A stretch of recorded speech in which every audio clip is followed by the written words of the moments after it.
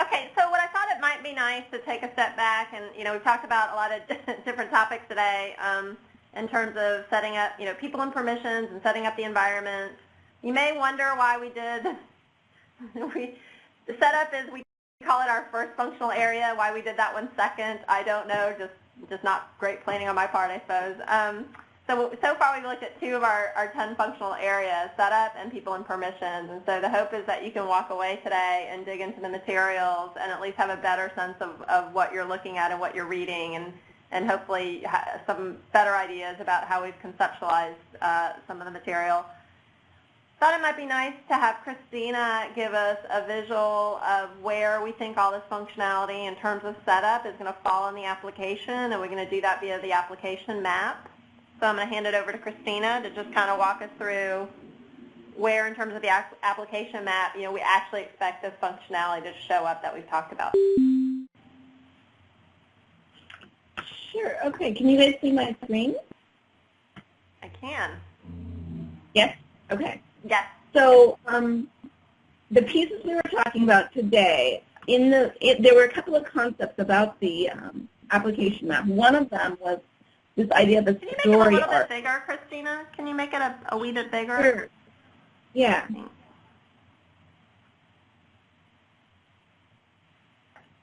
that better? Yeah. Can you bump it up maybe one more? Perfect. Okay. So one of the concepts from the application map is this idea of a story arc, which ties some of the different pieces, some of the different functional areas together. And the 2 pieces that we were looking at today fall into two different story arcs. One was the setup that I put into this idea of course offering to completion. So that's going to lead into, I think, our next training in a few weeks about course offering and registration. And that's kind of why they're in this larger arc, that you have to start off by, someone has to start off and set up the terms, and that's the central administrator. The other ones are pieces that are more supporting, that get the holds, exemptions, and people and permissions. Those are more, they take on a more supporting role. They relate to all of these different story arcs, so that I've called them out as separate and kind of independent. And again, the people who are doing that are the administrators, managing people, creating roles, working with permissions. That's happening by, like, Martha and Carol, our 2 personas that are administrators. And then moving into the site map, I may have to move it down a little just so we can see the whole thing. And you can access this. There's a link to this off of the training page, so you can come in and look at it yourself, so that you'll be able to actually read everything rather than just kind of seeing at a very high level. But this is going to just show very quickly that the term setup, that management system of managing academic terms and term detail and putting together some of the rules and conflict things or things about your registration windows. That's going to happen within the course offering and registration area under that section. So these things of defining your registration windows, final exam slots, just setting up the terms in general, the academic year and the academic term, that's going to happen here. Some of these other things that we were going to talk about, the people and permissions, the roles and permissions, and creating and managing people or importing people from a different system would happen under this people and permissions area. And again, this one, as we were talking about earlier about the interaction with identity management with KIM, since a lot of that can be done in KIM for now or to begin, these areas may just be links to the KIM interface, and all of that work may happen in there. Ideally, we want that to be something that you can do a lot of the management. You can have an easier interface to work with that's more geared directly for the tasks that our users want to do, and perhaps less all-encompassing than what you can do in KIM, but more focused and targeted and easier to use. So that's where this would happen, the roles and permissions. And then the holds, an idea that holds is enough of a thing that it might have its own space, the idea of setting up the parameters. Even though that's done very rarely, it might need a dedicated space for that. And then the second piece of the holds that we were talking about was applying and releasing the holds. And that we didn't get into today, but that could be done potentially from an application workspace where you could do apply holds to students in bulk, or from an individual academic record. So if one student needs hold applied to them, that could be done either from their individual record or from an application workspace where you could do it for one student or many. So that's what we talked about today. This is available to take a look at. And just, I don't know if everyone didn't see the last presentation, just a quick orientation of what's going on here. On this side over here are the tasks you can do, and if you click on the task, it kind of shows, highlights in the map where you would do that in this area. And then down here, there's some detail about what might be E1 and E2, what those tasks actually are, who's doing them, and link to some documents that, the requirements document, the A&D page, some other places where you can jump in and get even more information. So that's what you're looking at. That's what that's how this map works and what you're looking at. And I don't know if there's anything else to look at here, but yeah, that's about it for the application. Was there anything else? Echo.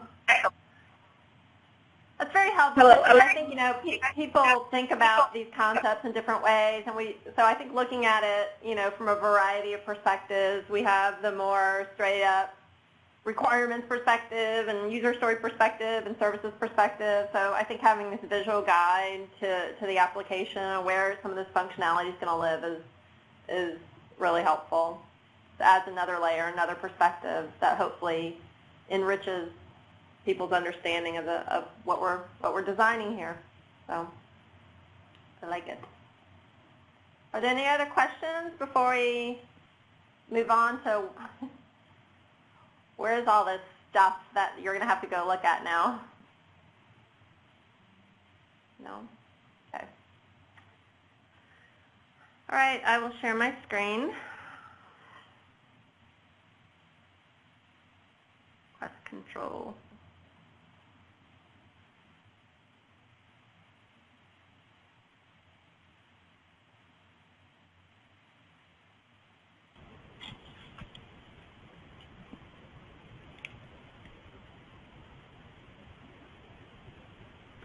We can see your screen now. Great, thank you. Okay, so just want to point out what materials are available for you after you leave today to look at. So we have some basic terminology and basic concepts here. I think you'll find much of that also repeated in the other materials that we have in our little matrix. So what you're looking at here, this is something you're going to see. It was in the last training session, we essentially had the same matrix of materials for all 10 functional areas. Here I've just highlighted the two functional areas we talked about, and then the cross-cutting holds and exemptions that we also talked about today. So for setup, we have been kind of thinking about setup in terms of setting up the environment, which is your course registration environment, and setup time. So I'm going to talk a little bit more specifically about what these A&D pages are in 1 minute, but I'm just going to walk through the matrix.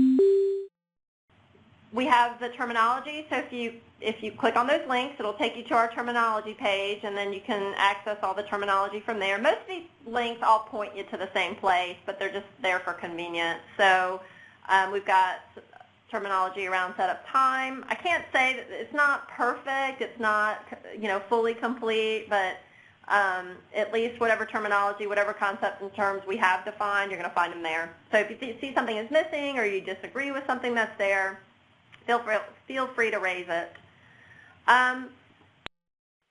Here are our traditional business requirements, our requirement statement. So if you come to the requirements page, you'll actually see, ability to. These are our requirement statements that we expect to deliver. A couple of things you'll note is similar to services when they did their design for the whole system. We on the analysis side didn't start scoping requirements yet. So eventually, when we get into parallel delivery, we'll have to make some choices about what requirements actually get delivered when. But right now, this kind of represents sort of the collective materials that we have around enrollment. So we synthesized everything and analyzed everything that we had. We have not yet scoped out individual requirements. That's going to happen once we get into parallel delivery. But typically, there's a requirement statement you have. There's some notes that hopefully help amplify or clarify the requirement if necessary. I prefer not to get into this reference column and sort of that has to do with traceability back to individual institutions. If those of you after looking at the material find that it's really important for you to understand that column and how it keys back to what individual institutions contributed, I'm happy to do that, but let's see if we feel like we need that first because it's kind of cumbersome to explain. I'm happy to do it, but it might be more worthwhile for people who are truly, truly interested in doing that level of traceability. So we've got our terminology, we have our requirement statements. We also have user stories, which is sort of another tool in our arsenal for understanding how we want to build out the system. Again, some of these, they're in various levels of completion, but it'll give you a sense of the type of user stories we expect to deliver in each of these areas. Because they're user stories, they're necessarily focused on the user.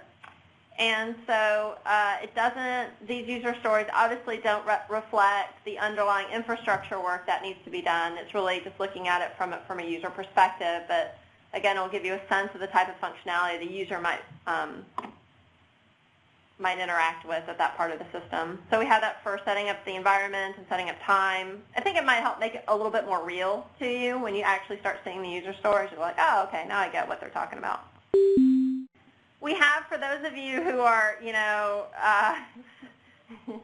who are really interested, we've included links to our notes for our A&D working sessions. These are Google Docs. They're notes of our meeting notes. So for those of you who have great fortitude, feel free to dive in there and see what some of our notes are. There's some good content in there. We've tried as best we can to extract out the most important points and have it somewhere else, so like in the requirements or in the user stories. But if you kind of just want to see the evolution of our thinking, you're welcome to look there. It's a little bit of dirty laundry, though, so be aware. UX artifacts, whatever wireframes do exist that speak to these functional areas, we'll include in this column. So the things that Christina showed you today, the academic calendar setup and the sketches around setting up polls, you can find links there.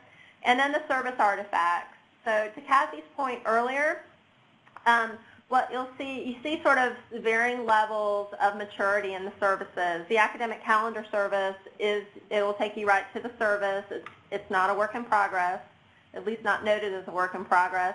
The next layer up is a service, but it's a work in progress, meaning it's just an alert to the devs that there's still some design work and potentially some changes going on there. The sandbox means they haven't even really gotten to the level of a service yet. They're still in the design stages and the thinking stages. So that's sort of the scale from most mature to I'll say freshest rather than least mature. Do you want to say anything about that, Kathy? Did I represent that adequately? Beautifully. You're now an official service spokesperson. Okay, so for those of you who want to dig into the services, there are links there for that. So if you want to know, like, what are all the materials that are available from Kuali students around these topics, this is pretty much it. So if you can't find it here, it probably doesn't exist. I will say one last thing about these A&D setup pages. So I'm going to have to back up and give you a little bit of more context before we leave that off. last spring we realized we had a whole pile of requirements. We had a lot of topics to get through, and probably the best way to do it was to do cross-functional analysis and design. So analysis team together with services, together with UX, coming together and really churning through the material together as opposed to working in silos. So what we did is we set up a pretty aggressive schedule of 2-week sprints where we tackled each, what we felt like were the most significant topics as they relate to enrollment. So we started with course assessment because that felt it felt manageable. That was kind of our pilot to see if this would work. It worked quite well, we like to think. And so we set up a schedule again with 2 weeks, 2-week iterations, and every third iteration we took a week off to kind of just collect ourselves. So when we talk about A&D sprints, this is what we're talking about. So each of these topics had its dedicated sprint. So we had a sprint dedicated to course assessment, one dedicated to course offering, one to course registration. Given the size and complexity of course registration, we actually came back, and course offering as well, we came back a second time and did it. Some of the topics around that are relevant to enrollment didn't have their own dedicated sprint because there's too many topics and there wasn't enough time. So in those cases, and you actually heard about some of the topics today, holds. We didn't have a sprint dedicated to holds. So what you'll see is if you go to these pages, there'll be a warning that says, hey, the analysis team really took on this material on its own, did work with services, but not in as connected a fashion as some other topics. So, for instance, if you go to course offering, and again, all these links take you to the same places as what's on the other dashboard. What this gives you is an at-a-glance information about what we did over the course of the 2 weeks in the sprint.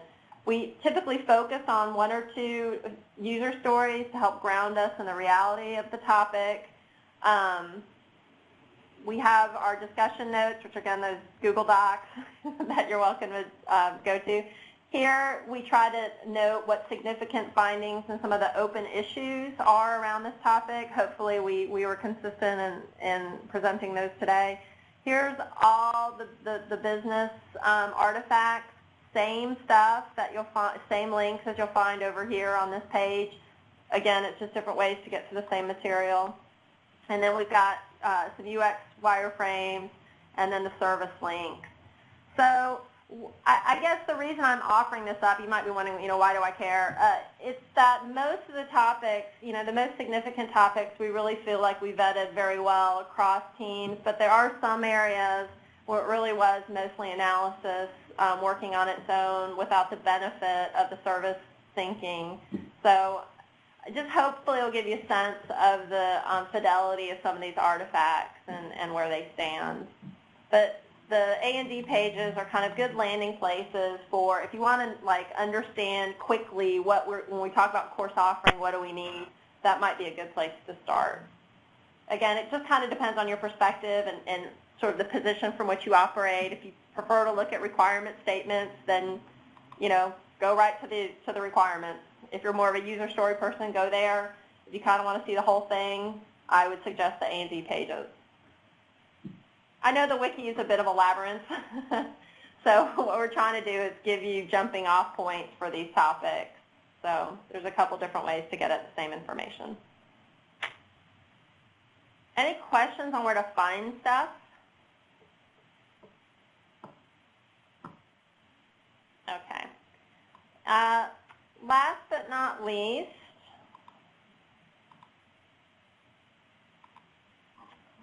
the follow-up to this session will not be today. It will be a week from Thursday. I cannot get these dates right. I'm so sorry. I think I screwed up the dates on the last next steps too. The follow-up to this session is a week from Thursday. Okay, so a week from Thursday from 9 a.m. to 11 a.m.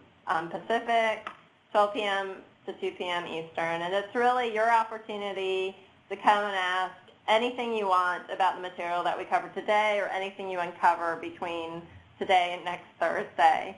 The dates are all correct on the Enrollment Training Wiki, So please look there if I've confused you. I'm sorry.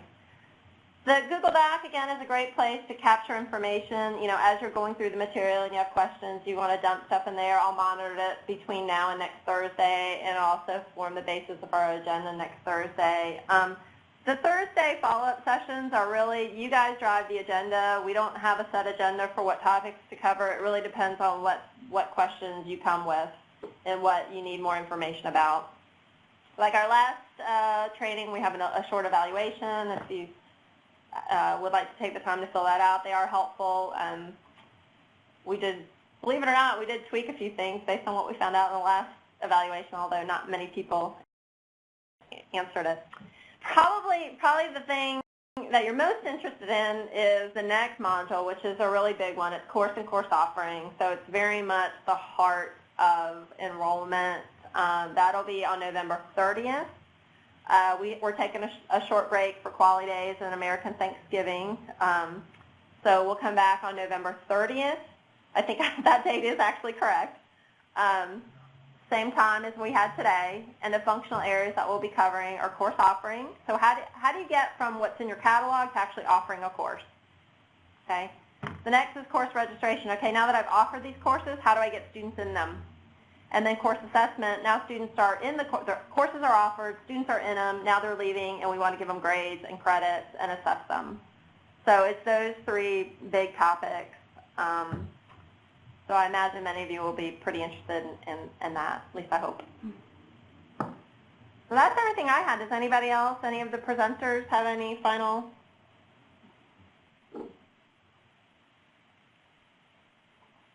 words, comments, questions? I just want to reiterate that to the extent that, you know, there is feedback, I know sometimes the services get more technical than some people want, but it would be helpful to know how we can continue to, you know, refine that information and make it more consumable.